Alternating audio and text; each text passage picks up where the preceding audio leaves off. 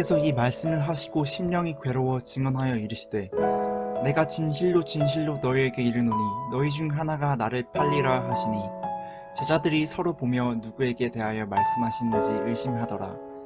예수의 제자 중 하나 곧 그가 사랑하시는 자가 예수의 품에 의지하여 누웠는지라. 시몬 베드로가 머리짓을 하여 말하되 말씀하신 자가 누구인지 말하라 하니 그가 예수의 가슴에 그대로 의지하여 말하되 주여 누구니이까. 예수께서 대답하시되 내가 떡 한 조각을 적셔다 주는 자가 그니라 하시고 곧 한 조각을 적셔서 가룟 시몬의 아들 유다에게 주시니 조각을 받은 후 곧 사탄이 그 속에 들어간지라. 이에 예수께서 유다에게 이르시되 내가 하는 일을 속히 하라 하시니 이 말씀을 무슨 뜻으로 하셨는지 그 앉은 자 중에 아는 자가 없고 어떤 이들은 유다가 돈꾀를 맡았으므로 명절에 우리가 쓸 물건을 사라 하시는지 혹은 가난한 자들에게 무엇을 주라 하시는 줄로 생각하더라. 유다가 그 조각을 받고 곧 나가니 밤이러라. 그가 나간 후에 예수께서 이르시되 지금 인자가 영광을 받았고 하나님도 인자로 말미암아 영광을 받으셨도다. 만일 하나님이 그로 말미암아 영광을 받으셨으면 하나님도 자기로 말미암아 그에게 영광을 주시리니 곧 주시리라. 작은 자들아 내가 아직 잠시 너희와 함께 있겠노라. 너희가 나를 찾을 것이나 일찍이 내가 유대인들에게 너희는 내가 가는 곳에 올 수 없다고 말한 것과 같이 지금 너희에게도 이르노라. 새 계명을 너희에게 주노니 서로 사랑하라. 내가 너희를 사랑한 것 같이 너희도 서로 사랑하라. 너희가 서로 사랑하면 이로써 모든 사람이 너희가 내 제자인 줄 알리라. 시몬 베드로가 이르되 주여 어디로 가시나이까. 예수께서 대답하시되 내가 지금 가는 곳에 내가 지금은 따라올 수 없으나 후에는 따라오리라. 베드로가 이르되 주여 내가 지금은 어찌하여 따라갈 수 없나이까. 주를 위하여 내 목숨을 버리겠나이다. 예수께서 대답하시되 내가 나를 위하여 내 목숨을 버리겠느냐. 내가 진실로 진실로 내게 이르노니 닭 울기 전에 내가 3번 나를 부인하리라.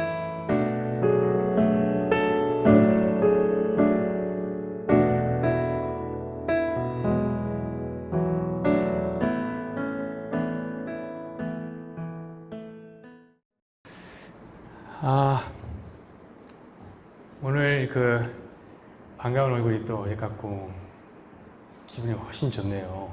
처음에 이제 사람이 별로 없어서 기분이 확 나빠질 뻔했는데 우리 반가운 얼굴이 또 보니까 기분이 갑자기 확 좋아졌습니다. 기쁜 마음으로 또 설교를 하겠습니다. 우리 지담이가 읽어준 이 말씀으로 유다는 누구인가? 라는 제목으로 우리 함께 말씀을 나누기를 원합니다. 여러분, 대한민국에서 가장 나쁜 놈이라고 평가되는 사람이 누구일까요? 저는 누구예요? 아니요. 저는 당연히 이완용이라고 생각합니다. 여러분, 이완용이 생각나셨어야죠. 그래야 오늘 설교가 됩니다. 왜 이완용이 제일 나쁜 놈일까요? 나라를 팔아먹은 놈이니까 그렇죠. 팔아먹을 게 없어서 어떻게 나라를 팔아먹습니까? 그런 거 보면 대단한 사람인 것 같기도 합니다. 근데 그러면서도 끝까지 인정을 하지 않는 거예요. 그래서 더 기분이 나쁘고 우리가 더 화가 납니다. 혹시 그 유언을 아십니까? 이런 유언을 하나 남겼는데 힘없는 다리를 부축해달라고 남에게 부탁한 것이 어떻게 나라를 팔아먹은 일이라고 매도당해야 하는가? 아이, 화나죠. 이놈 자식 이거. 화가 납니다. 여러분, 전 국민의 노래방 끝송, 엔딩송 뭐 있습니까? 물론 뭐 말 달리자 이런 거 많이 하지만 저희 때는 가장 많이 불렀던 게 뭐냐면은 한국을 빛낸 100명의 위인들이라는 노래입니다. 왜냐면 그게 5절까지 있거든요.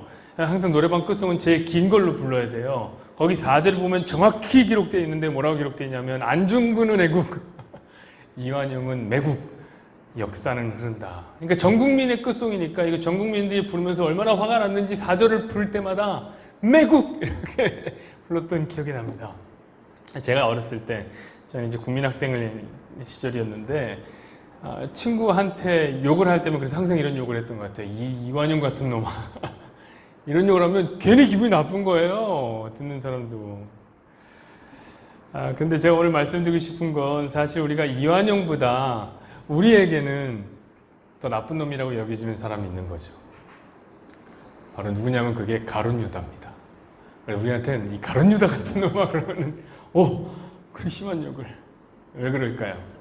나라를 팔아먹은 것도 진짜 화가 나는 일이지만 그거보다 우리의 마음을 더 화나게 하는 것은 우리가 그토록 사랑하는 예수님, 저는 그 예수님 얘기만 하면은 눈물이 나는데요.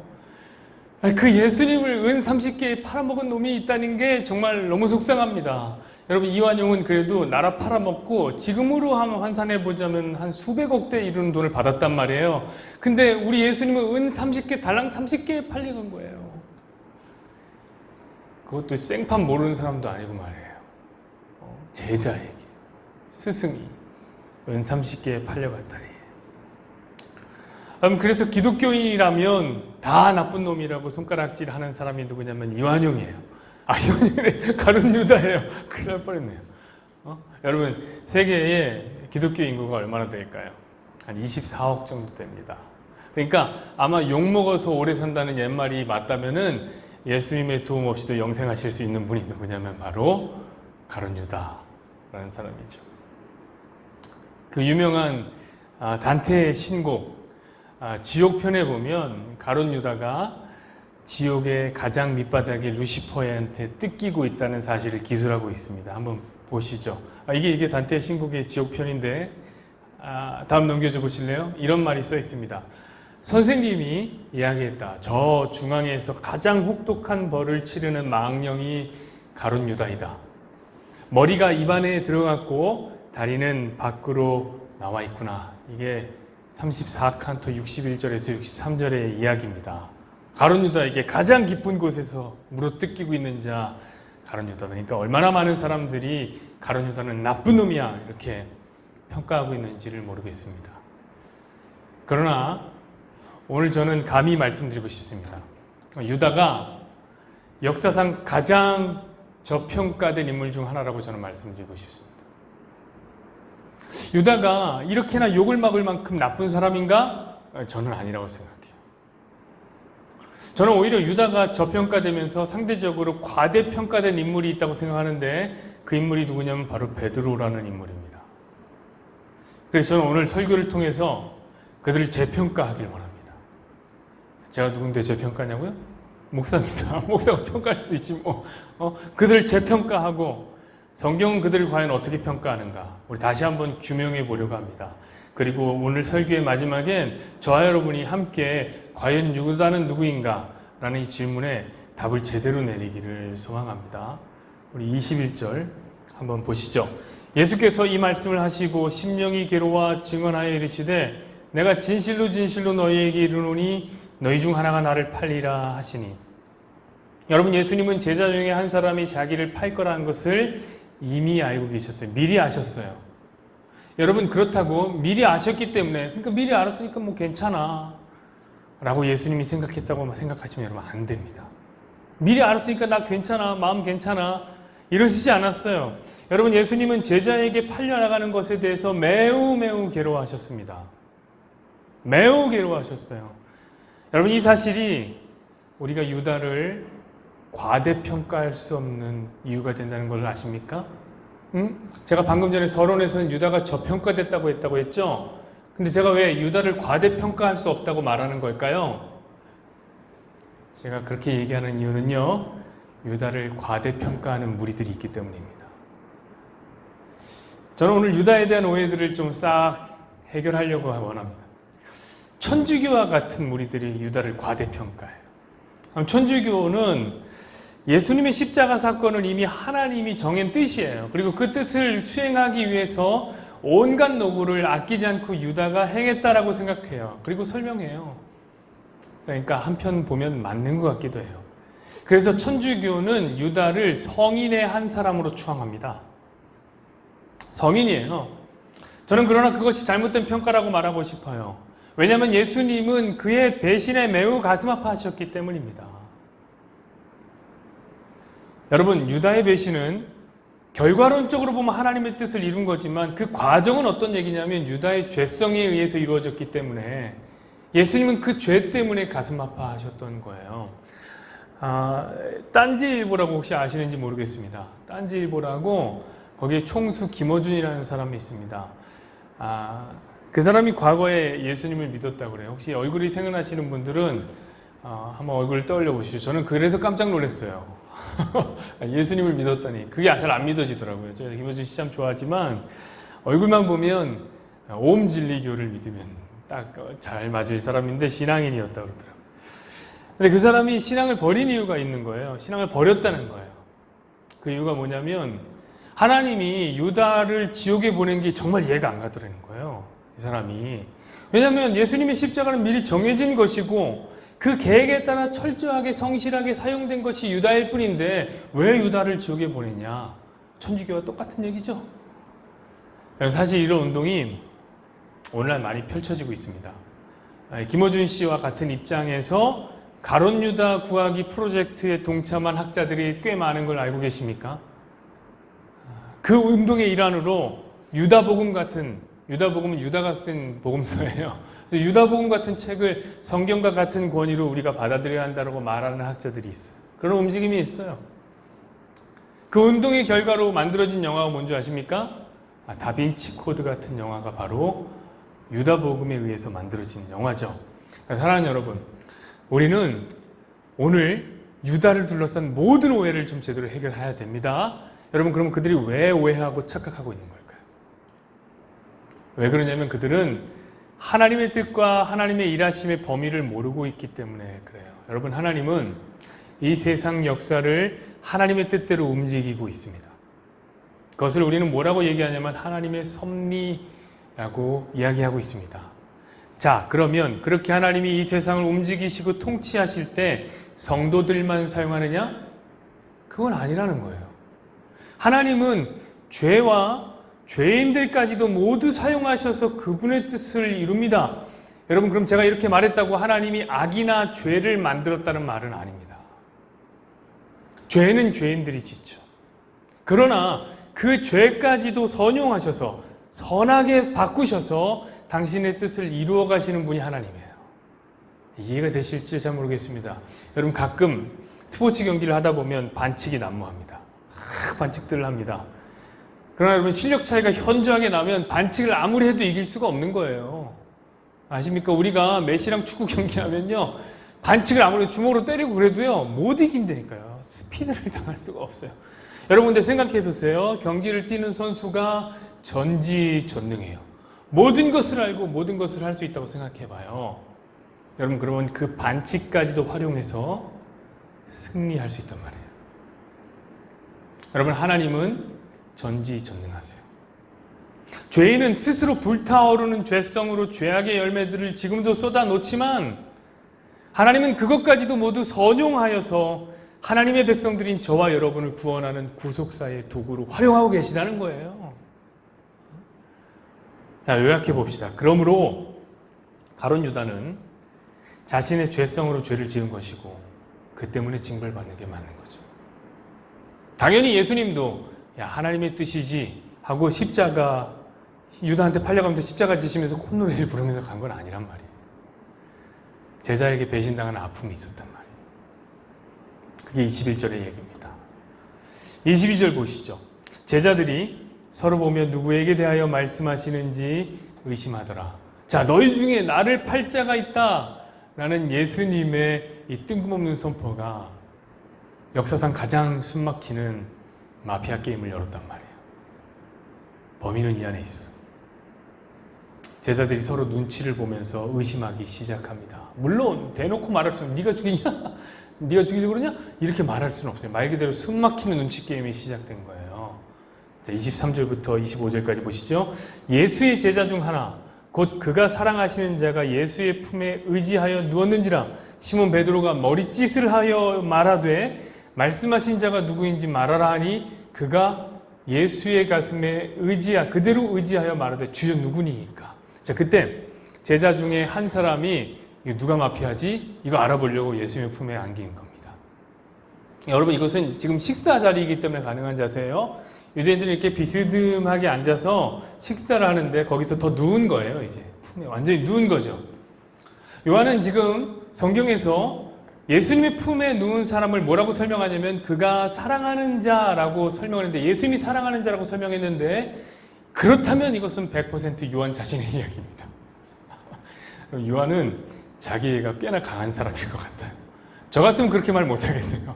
그런데 요한은 요한복음에서 자주 자기를 뭐라고 설명하냐면 예수님의 사랑하는 제자, 예수님이 사랑하는 자, 이렇게 설명을 한단 말이에요. 그러니까 이 말은 누구냐면 그의 말대로 예수님이 사랑하는 자 요한이 예수님 품에 누웠다는 거예요. 자, 품에 누우면 어떻게 됩니까? 저는 모르지만 우리 결혼하신 분들은 다 아시잖아요. 품에 누우면 어떻게 돼요? 얼굴과 얼굴이 가까워진단 말이에요. 자, 이때를 놓치지 않고 누가 나섭니까? 제자 중에 한 사람, 대표 베드로가 탁 나와서 머리짓 하는 거, 머리짓 아시죠? 이렇게 하는 거. 물어보라 이거야, 물어보라. 당시의 상황이 이것은 얼마나 엄숙했는지를 보시면 그냥 말 못해요. 대놓고 야 물어볼래? 이렇게 말 못해요. 물어봐 이렇게 한 거죠 지금. 여러분, 예수님은 제자들 중 한 사람이 나를 배반할 거라고 했고 제자들은 서로 눈치만 보고 있고 그러던 중에 베드로가, 수석제자 베드로가 지금 요한에게 미루기 신공을 펼치는 거예요. 야, 예수님께 한번 물어봐라. 그저 지금 식기가 부딪히는 소리가 들리는, 왜요? 식사 중이니까.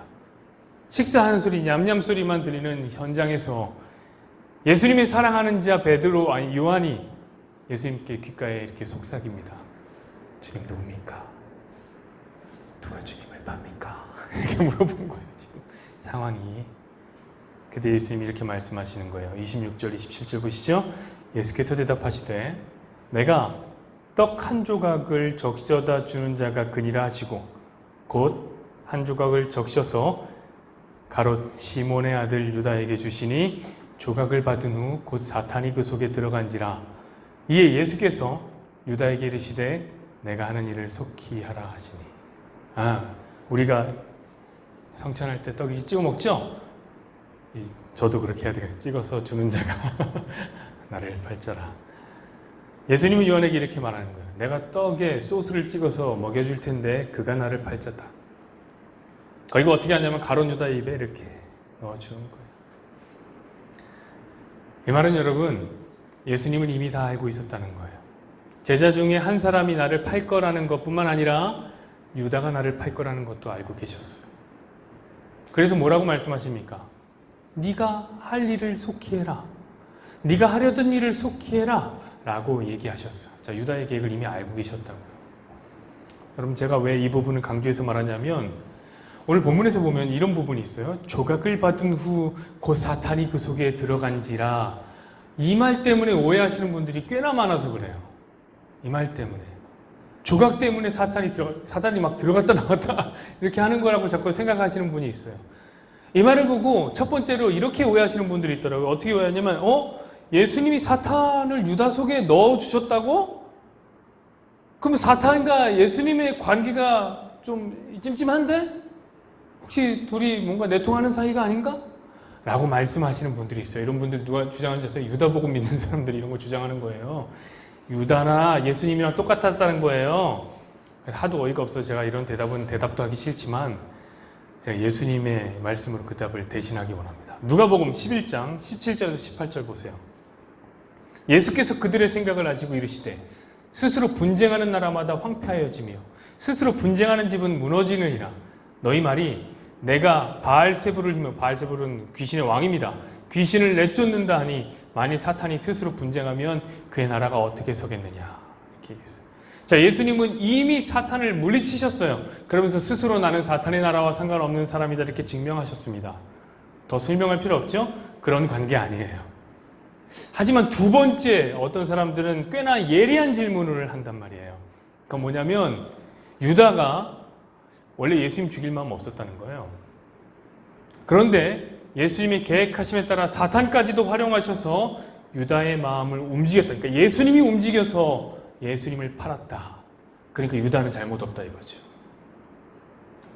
천주교인들이 이런 얘기를 하겠네요. 그래서 성인으로 추앙하는 거예요. 여러분, 그러나 오늘 본문의 이 표현은 원래 유다가 사탄과 상관없었고 예수님을 팔 마음이 요만큼도 없었는데 예수님이 사탄을 유다에게 넣어 주었기 때문에 유다의 마음이 악하게 변했다는 말이 결코 아닙니다. 이 말은 성경에서 자주 나오는 말 중에 하나인데 하나님이 바로의 마음을 완악하게 했다. 사람들의 마음을 완악하게 했다라는 표현과 같은 표현이에요. 이 말은. 여러분, 하나님이 출애굽기에 보면 바로의 마음을 완악하게 했습니다. 그럼 그 표현이 하나님이 선하디 선한 바로를, 그 바로가 선했는데, 완전 선했는데 하나님이 그의 마음을 악마로 만들었다는 말입니까? 그 말이 아니에요. 그 말이 아니에요. 여러분, 바로도 완전히 선하디 선하지 않지만 하나님은 결코 악의 조성자가 될 수 없습니다. 왜냐하면 그분 자체가 선이기 때문에, 그분이 하는 일은 모든 선이기 때문에 악을 내낼 수 없단 말이에요. 그럼 이 말이 뭐냐?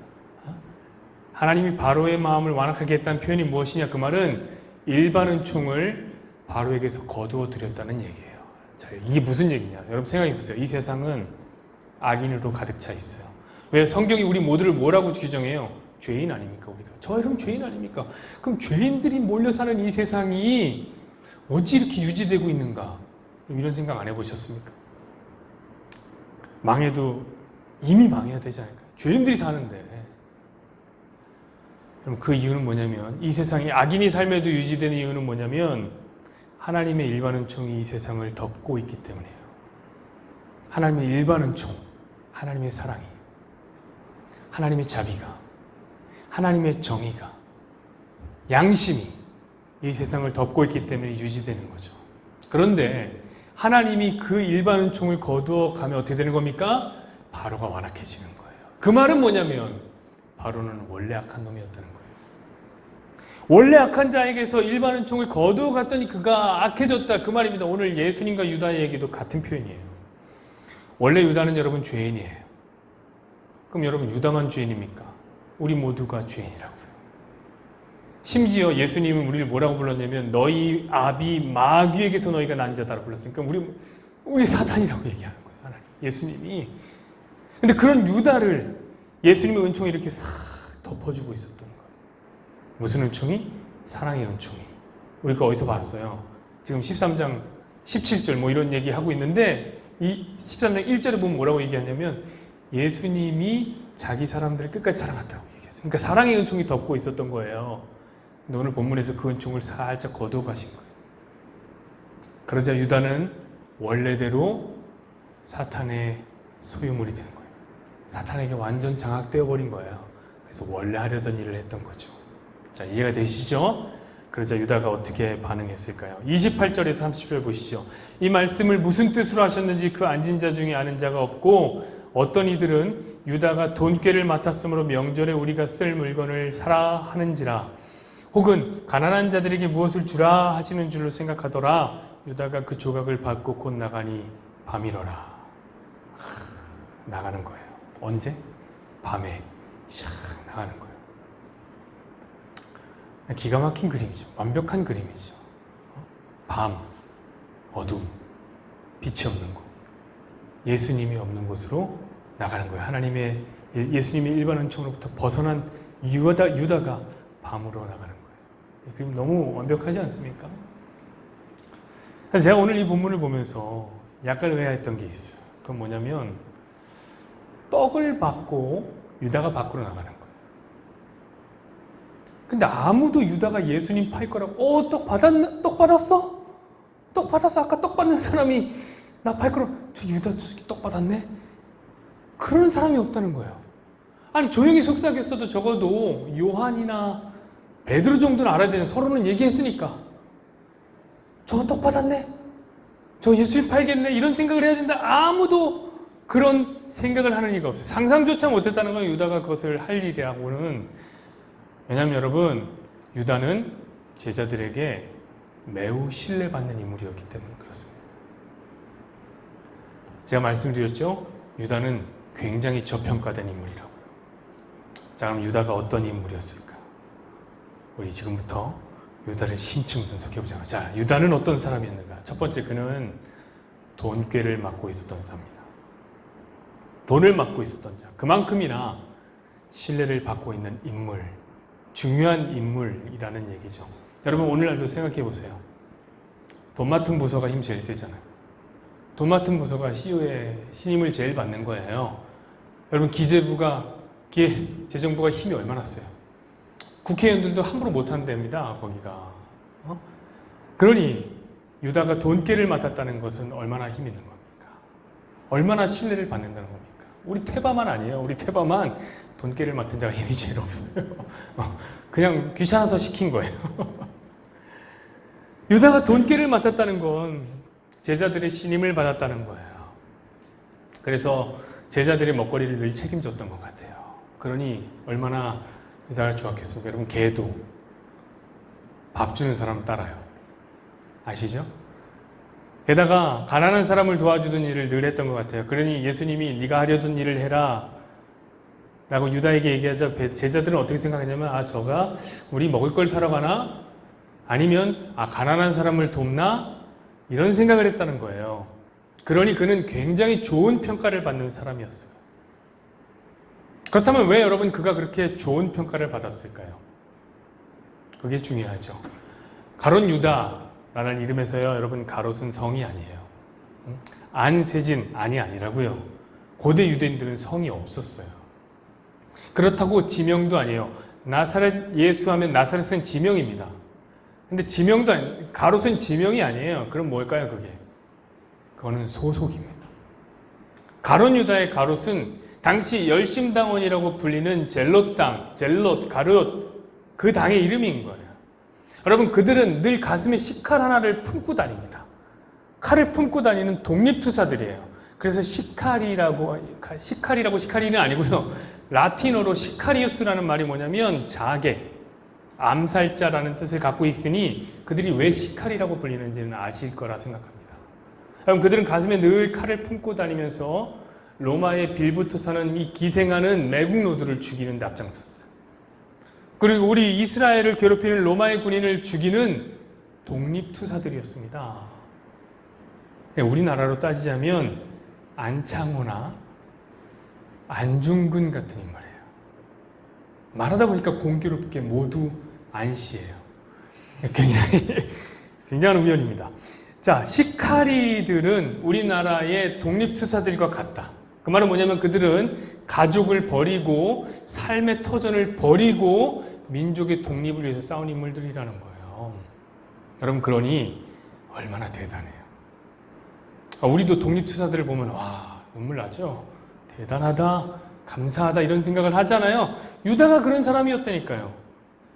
그러니 제자들이 그를 얼마나 높게 평가했겠어요. 당연히 돈깨도 그 사람을 맡아야죠. 여러분 생각해보세요. 제자들, 예수님의 제자들 12제자들 생각해보세요. 그들의 면면을 생각해봐요. 대부분이 어부예요. 무식쟁이 어부들. 10,000원 빼기 2,700원 하면 얼마지? 한참 생각해야 되는. 나머지는 누구예요? 세리예요, 세리. 그럼 세리한테 어떻게 돈 맡겨요? 세리는 돈 때문이라면 나라도 팔아먹는 애들이 세리잖아요. 그러니까 유다가 맡아야 되는 게 당연한 거예요. 인정받았다고요. 인정받았어요. 그러니 그를 희대의 악인으로 평가하는 건 저는 매우 잘못된 평가라고 생각해요. 그럼 여러분, 그렇게 괜찮은 사람이었던 유다가 왜 스승인 예수를 은30에 판 것일까요? 거기도 다 이유가 있어요. 여러분, 그것은 그의 독립에 대한 열망 때문이에요. 사실 유다가 예수님을 찾아온 것도 열심당원으로서 민족의 독립을 해야 되는데 민족의 독립의 빛을 예수라는 사내에서 봤기 때문입니다. 어떻게 하면 독립을 할 수 있을까? 여기에 몰두해 있는데 자기 앞에 예수라는 사내가 나타난 거예요. 근데 그 예수라는 사내가 봤더니 어딜 가도 사람들을 끌고 다니는, 불러 모으는 탁월한 리더십이 있어요. 그것뿐만입니까? 온갖 기적을 나타내는 강력한 힘이 있어요. 자, 로마에게서 이스라엘을 독립시켜야 되는데 그 힘이 예수님에게는 있던 거예요. 그래서 그를 따르기 시작한 거예요. 자기에게 없는 강력한 힘에 매료됐던 거죠, 유다가. 근데 실제로 따라다니다 보니까 그 기대감이 더욱더 증폭됩니다. 정말 대단한 거예요. 예수님이 가는 곳마다 추종하는 세력들이 인산인해를 이룹니다. 수많은 무리들이 줄을 지어 예수님을 따르는 거예요. 기적도 여러분 소문으로 듣던 거랑 완전히 다른 거예요. 생각해 보세요, 여러분. 5,000명이 먹었더라. 물고기 2마리야, 떡 5개로 이걸 소문으로 듣는 것과 거기에서 그 음식을 먹는 것과는 완전히 다르죠.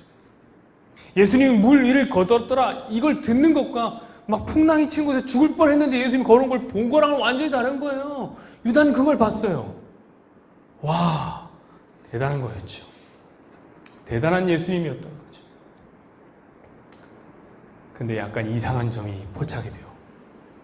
그건 뭐냐면 그 예수님이 왠지 사람 많이 모이는 것을 싫어하는 것 같아요. 안 좋아해요. 저랑 비슷해요. 사람 많은 곳에 안 가요. 자꾸 무리를 피해 다녀요. 그리고 사람들이 안 좋아하는 사마리아 같은 데 자꾸 가요. 거기 사람들 안 가거든요? 거기 자꾸 들어가요. 그래서 사람들이 안 모이는 중풍병자 같은 병 들린 사람이 있는 곳을 자꾸 찾아다니는 거예요. 뭔가 초점이 안 맞기 시작합니다. 이상한 점은 점점 커집니다. 예수님이 자꾸 죽는다는 나약한 소리를 하고 앉아 계신 거예요. 왜 자꾸 죽는다 그러는지. 근데 그렇게 시간이 점점 흘러가요. 속절없이 흘러가요. 민족의 염원인 독립은 아직 이루어지지 않았는데 예수님은 거기에 대해서 이런 반구도 없어요.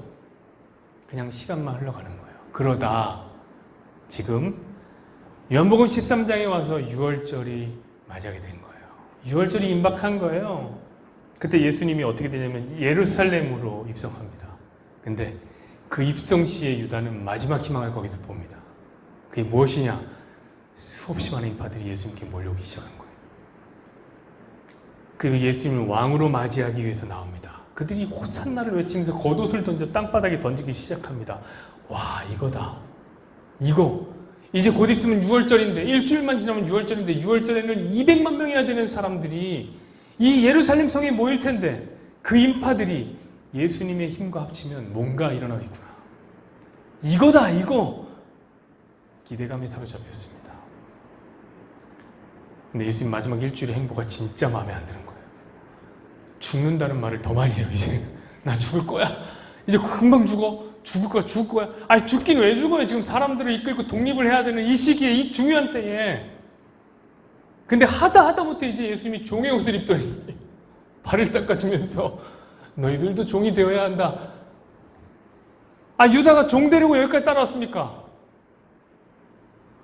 유다의 마음이 초조한 거예요. 유다의 마음은 초조함으로 가득 찼어요. 그러다 결심한 거예요. 아니, 이 계획은 보다 미리 준비되고 있었을지 몰라요. 예수님이 자꾸 약한 소리 할 때마다 준비하고 있었을지 몰라요. 그 계획이 무엇이냐? 자꾸 약한 말씀을 하시는 예수님을 로마에 넘기는 거예요. 로마에 탁 넘기면 그럼 그 당시 유월절을 지키러 운집해 있는 200만 명의 사람들이 자기가 추앙하는 예수가 붙잡히는 것을 보면 경로에서 봉기를 일으킬 거라고 생각했던 거예요. 로마 죽어라 하고 봉기를 일으킬 거라고 생각했죠. 그리고 몰려가는 거예요. 생각해서 200만 명이 몰려가고 로마의 군인들이 대치합니다. 자기 백성들이 죽는 거예요. 유다가 예수님이 얼마나 자기 백성들을 사랑하는지 알지 않았습니까? 그러니 예수님은 그때 어쩔 수 없다. 힘을 발휘해서 그들의 200만 명의 힘과 보태서 로마를 물리치지 않을까? 유다에겐 계획이 있었던 거예요. 완벽한 계획이 있었던 거예요. 사실 손해볼 거 없죠. 저도 손해볼 거 없어요, 유다는. 왜냐하면 그는 이미 모든 걸 버리고 독립을 위해 살아온 사람이니까. 손해볼 일이 없어요. 그래서 예수님을 판 거죠. 여러분이 흔히 생각하기에 유다가 돈이 궁해서 예수님 팔았다고 생각하는데 아닙니다. 그럼 돈이 궁했으면 은 30개에 팔았겠습니까? 예수님 몸값이 얼만데? 현상금이 얼만데 돈 30에 팔았겠어요? 게다가 유다는 그 은도 다 땅에 집어 던져버렸습니다. 마태복음 27장 3절에서 5절 보세요. 그때에 예수를 판 유다가 그의 정죄됨을 보고 스스로 뉘우쳐 그 은 30을 대제사장들과 장로들에게 도로 갖다 주며 이르되 내가 무죄한 피를 팔고 죄를 범하였도다 하니 그들이 이르되 그것이 우리에게 무슨 상관이냐? 네가 당하라 하거늘 유다가 은을 성소에 던져놓고 물러가 스스로 목매어 죽은지라. 여러분, 유다가 왜 이랬을까요? 돈이 필요했던 건 아니에요. 유다의 계획대로 일이 안 돌아갔던 거예요. 자기 계획대로라면 어때요? 민중들이 일어나야 돼요. 우리 예수님을 죽여! 막 일어나서 막 달려들어야 돼요. 근데 이 미쳤나 사람들이 갑자기 예수를 죽이라고 소리쳐. 예수를 죽이라고 소리치는 거예요. 오히려 바라바를 내놓으라는 거예요. 살인자를 내놓으라는 거예요. 아니, 심지어 예수님이라도 그러면은 뭔가 이렇게 나서서 야, 나 죽는 거 안 보여? 너 나 따랐잖아, 나 왕이라며 하고 사람들을 선동하면 좋은데 예수님도 순한 양처럼 죽음을 받아들이는 거예요. 여러분, 유다는 실패를 짐작했습니다. 그가 원하는 건 이런 전개가 아니었어요. 그래서 돈을 성소에 집어 던져버리고 목매달아 자살한 거예요. 여러분, 이게 유다 이야기입니다. 어떻습니까? 유다가 그렇게 나쁜 놈인가요? 여러분, 물론 유다가 실수한 거 있습니다. 유다는 실패했으면 맞아요. 하지만 그렇다고 그가 역사 속에서 악인으로, 최고의 악인으로 이름을 남길 만큼 죄인입니까? 게다가는 스스로 실수를 인정하고 죽음으로 사죄를 하는 인생이 아닙니까? 그러니까 이완용보다는 훨씬 나은 거예요. 그러니까 만약에 그의 묘지가 있었다면 저는 그 묘지에 이렇게 썼으면 딱 맞다고 생각해요. 실패한 독립운동가 유다, 핏값으로 속죄하다. 저는 그를 생각하기에 매우 남자답고 매우 의젓하고 의지력이 강하고 애국자였던 남자 유다였다, 이렇게 생각합니다. 그런데 그는 역사상 가장 나쁜 놈이 되었습니다. 그럼 상대적으로 베드로는 어떨까요? 우리 36절부터 38절까지 보시죠. 시몬 베드로가 이르되 주여 어디로 가시나이까? 예수께서 대답하시되 내가 가는 곳에 네가 지금은 따라올 수 없으나 후에는 따라오리라. 베드로가 이르되 주여 내가 지금은 어찌하여 따라갈 수 없나이까? 주를 위하여 내 목숨을 버리겠나이다. 예수께서 대답하시되 네가 나를 위하여 네 목숨을 버리겠느냐? 내가 진실로 진실로 내게 이르노니 닭 울기 전 네가 3번 나를 부인하리라. 오늘 예수님은 베드로에게 말씀하십니다. 아예 대놓고 말씀하십니다. 베드로야, 네가 날 배신할 거야. 목숨을 걸고 주님을 따르겠습니다 하고 목에 핏대를 세우고 있는 베드로에게 아니 그런 소리 하지 마라. 너 나 닭 2번 울기 전에 너 나 3번 부인할 거야 라고 예수님 말씀하시는 거예요. 여러분, 베드로는 매우 억울했을 거예요. 사실 베드로 진심이거든요. 목숨을 걸고 주님을 따르겠습니다. 이거 베드로 진심이거든요. 근데 진심과 다르게 베드로는 예수님이 잡히시던 날 밤 닭이 2번 울기 전에 3번 부인했어요. 심지어 마지막에 부인한 것은 예수님의 눈을 보고, 예수님의 눈이 마주쳤어요. 예수님 눈을 보고 저주하면서 부인했어요. 사랑하는 여러분, 늘 진심대로 삶이 사라지는 건 아니더라고요. 그리고 베드로는 어떻게 했냐? 치사하게 그의 원래 직업이었던 어부의 자리인 바다로 도망을 갔습니다. 그게 베드로예요. 제가 생각하기에 베드로는 너무 과대평가되어 있어요. 사실 베드로나 유다나 똑같은 배신자예요. 그래서 오늘 본문에 유다와 베드로의 이야기를 나란하게 적어놓은 거예요. 유다나 베드로나 똑같은 배신자가 아니냐. 단테의 신곡 지옥편에 보면 마지막에 지옥, 9번째 지옥은 배신자들을 위한 지옥칸이에요. 거기 여러분 유다가 있다고 했는데 베드로가 거기 있다고 뭐가 이상합니까? 이상할 이유가 없어요. 여러분들 중요한 건 무엇이냐면 제가 평가하는 것과 상관없이 성경은 유다를 저평가하고 있다는 사실이에요. 제가 평가하는 것과 상관없이 성경은 베드로를 과대평가하고 있다는 사실이에요. 왜 그럴까요? 유다는 자살하고 베드로는 자살하지 않았기 때문에? 여러분, 아닙니다. 여러분, 오해하면 안 돼요. 유다가 지옥에 간 것을 자살했기 때문에 지옥에 갔다라고 오해하면 안 돼요. 그런 오해는 하면 안 돼요. 왜 그렇다면 지옥에 간 것인가? 그는 처음부터 끝까지 자기만을 의지했기 때문에 지옥에 간 겁니다. 그는 구원의 방법도 그 스스로 정했어요. 그 구원의 방법이 뭐예요? 민족의 독립이었어요. 그 구원을 이루는 방법도 스스로 정했습니다. 그것은 가슴에 칼을 품는 거였어요. 칼을 휘둘러서 내가 구원하리라. 사랑하는 여러분, 그는 구원에 이르는 길에 실패했습니다. 그러자 자신의 죄값을 치르려고 자기 스스로 목을 매달았어요. 그 말은 뭐예요? 자기의 죄값 내가 스스로 지겠다. 누구에게도 갚을 필요 없다. 내가 대신 죽으면 돼. 유다에게 예수님은 단 한순간도 목적이었던 적이 없어요.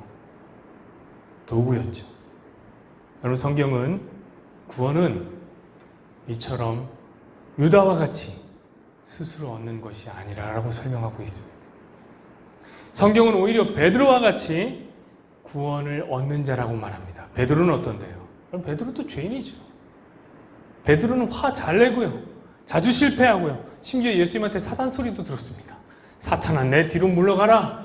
라는 소리를 베드로가 들었어요. 예수님이 잡혔을 때는 그의 눈을 보며 그를 배신했다고요. 하지만 여러분, 베드로는 그냥 예수님께 맡겨버렸습니다. 면목 없이, 뻔뻔하게. 배신한 베드로에게 예수님이 다시 찾아오셨습니다. 그리고 물어봐요. 네가 나를 진짜 사랑하냐? 이렇게 물어보십니다. 배신한 베드로가 듣기에 이 질문은 참으로 껄끄럽고 부끄러운 거북한 질문이에요. 아, 이거 뭐라고 할까? 뭐라고 할까? 저 같으면 할 말이 없어 도망갔을 것 같아. 근데 거기에서 베드로가 뭐라고 하지 않는데 주님께 맡기는 거예요.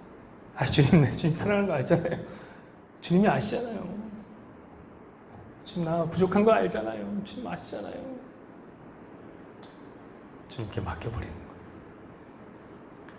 여러분, 이것이 우리가 오늘 본문을 통해서 배우는 구원의 진실입니다. 말씀했죠, 여러분. 사랑하는 여러분, 우리 눈으로 보기에 유다와 베드로 둘은 어떻게 다릅니까? 저는 말하고 싶습니다. 유다는 훨씬 멋있어요. 독립운동가의 스스로를 책임지는 사람. 베드로는 좀 허접해요. 어부에 도망가기 급급한 사람. 여러분, 그러나 그 둘은 사실 같은 사람이에요. 둘 다 예수님을 배신한 배신자예요. 그러므로 구원은 더 나은 사람이 되는 것이 아닙니다. 어차피 둘 다 배신자라고요. 오히려 베드로가 더 나쁘다고요. 그래도 주님께 자신의 나약함을 고백하고 그냥 그분께 면목 없이 나아가는 것이 구원입니다. 사랑하는 여러분, 왜 하필 오늘 예수님을 판 그 사람의 이름이 유다일까요? 혹시 그런 생각 안 해보셨습니까? 성경에 뭐 하나라도 허투루 쓰여진 게 있던가요? 여러분, 유다 하면 무엇이 생각나시나요? 저는 유다 하면 유대인들이 생각나요. 유대민족들이. 왜요? 이름이 비슷하잖아요. 이름이 유다, 유대인. 여러분, 실제로 유다 사람들을 뭐라고 그러냐면 유대인이라고 부르는 거예요. 유다 사람들을 유대인이라고 불러요. 그럼 여러분, 왜 이스라엘 사람들을 유대인이라고 부를까요? 유다는 한 지파일 뿐이에요. 근데 이스라엘 전체를 유다 사람이라고, 유대인이라고 부른다고. 왜 그럴까요? 그거는 이스라엘의 정체가, 유대인의 정체가 바로 오실, 유다 자손으로 오실 메시아 예수님을 기다리는 사람들이기 때문에요. 예수님이 유다 자손으로 온다고요. 그래서 그들을 유대인이라고 불러요. 우리 그를 기다리지. 우리는 유다 자손의 왕으로 오실 분을 기다리지. 그래서 유대인이에요. 근데 실제로 유다 자손의 왕으로, 유대의 왕으로 예수님이 이 땅에 오셨습니다. 진짜 기절할 만큼 깜짝 놀랄 만한 소식이죠. 그런데 유대의 왕으로 오시니까, 유다의 자손으로 오시니까 유다라고 이름을 하는 자에게 팔려요. 그리고 유대인들이 힘을 모아 유다의 왕으로 오신 이를 십자가에 못 박는 거예요.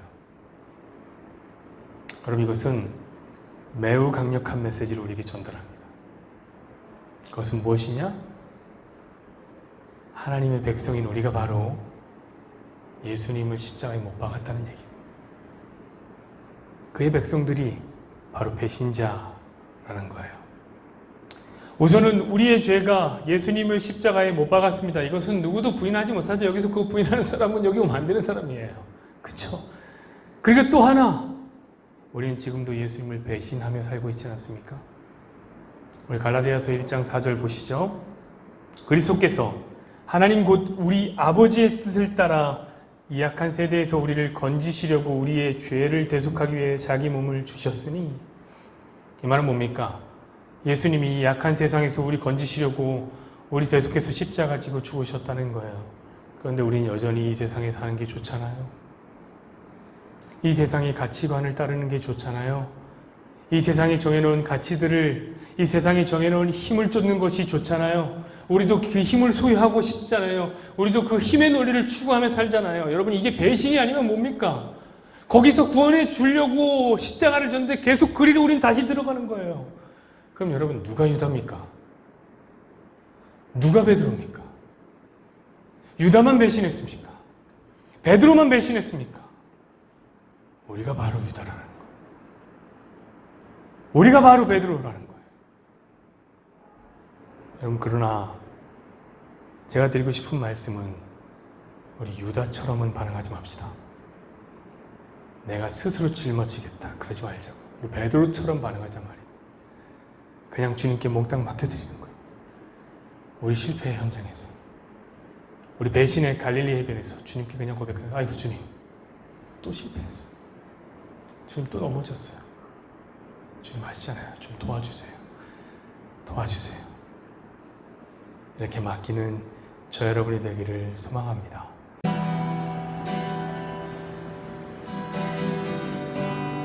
예수